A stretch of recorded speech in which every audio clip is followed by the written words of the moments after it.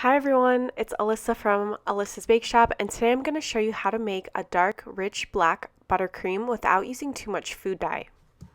I'm going to be making a mock Swiss meringue buttercream, and what that means is I'm not doing the typical process of heating the sugar and the eggs together. I'm going to be doing it a slightly different way so we can kind of skip that step. And I'll share a link below to my website where you can see more details or if you wanted to just print it out. So first I'm putting 24 ounces of powdered sugar into a mixing bowl, and then I'm going to measure about half a cup of our black cocoa. And I like to do everything by grams, and I will put grams on the website. I've tried a few different black cocos, and King Arthur is my favorite one so far. It tastes like a cross between an Oreo cookie and a dark chocolate sandwich cookie. It's a really interesting flavor. Then I'm going to add 170 grams of egg whites, and I'm just going to put all of that into our bowl, and then I'm going to start mixing it until it's all incorporated.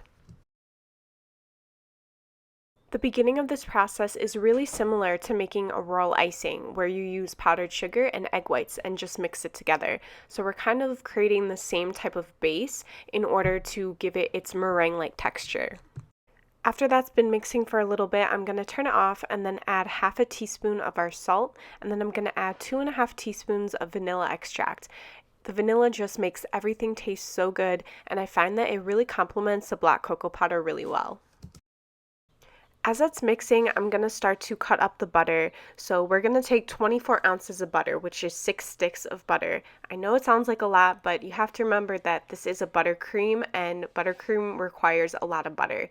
This full recipe can fill and frost an 8-inch cake, but if you want to do extra details, I always suggest making about a recipe and a half extra. You can easily half this recipe. I do that a lot when I want to make certain colors to store in my freezer for later, but I don't recommend to make a double batch of this in one stand mixer unless you have a larger stand mixer, because it will just be too overpowering for it.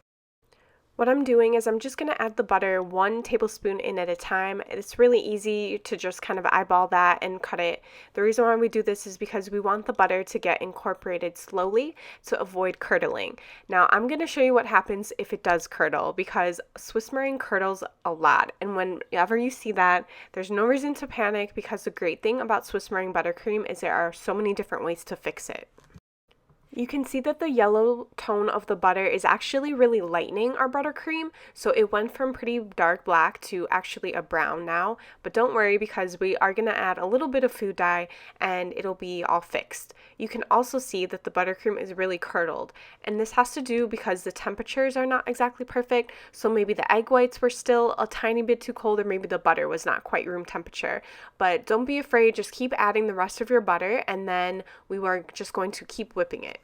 If you're still whipping it and you're still seeing this kind of curdled texture, take about 1/4 cup of the buttercream, put it in the microwave for about 30 seconds until it's liquidy, and then pour it back into the mixture so that way we can start to get that really nice smooth texture. The heat is just going to help to bring all the ingredients together. I'm using Americolor Super Black food dye, and I'm putting in about a teaspoon of black dye. Now, I know that it would be great if we just didn't have to add this at all, but the reality is the butter is just going to lighten anything that we do. So instead of having to put 2 to 3 tablespoons of food dye, we started off with that black cocoa to really give it a darker brown base. So that way we only had to add about a teaspoon of black food dye as opposed to multiple tablespoons. Ooh, and look at that. It's starting to come together and look so beautiful and creamy.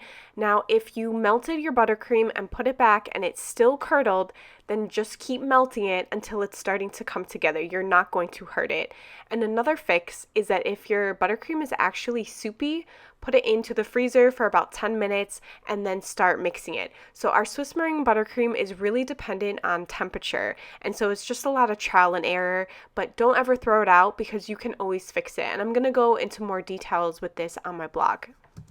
Another secret to get really nice and smooth buttercream is to whip it with a paddle attachment on low for about 15 to 20 minutes. It really helps to get the air bubbles out. Also, this is going to be an arm workout, but that's okay because I need it. You can push the buttercream with the spatula into the sides of the bowl to sort of push out the air bubbles manually. It really does work. It does take a lot of time and patience, but it does work. And one last tip to note is that a lot of times our buttercream will actually darken over time. So that black food dye will darken the second day, the third day. So what I also recommend is to make it ahead of time. So that way when you need it a day or two later, it's actually going to be its true color. And that's what I did with this Lambeth cake here, and I'm going to post another video about that. I hope that you guys enjoyed this video and that it was helpful, and I'll see you in the next one.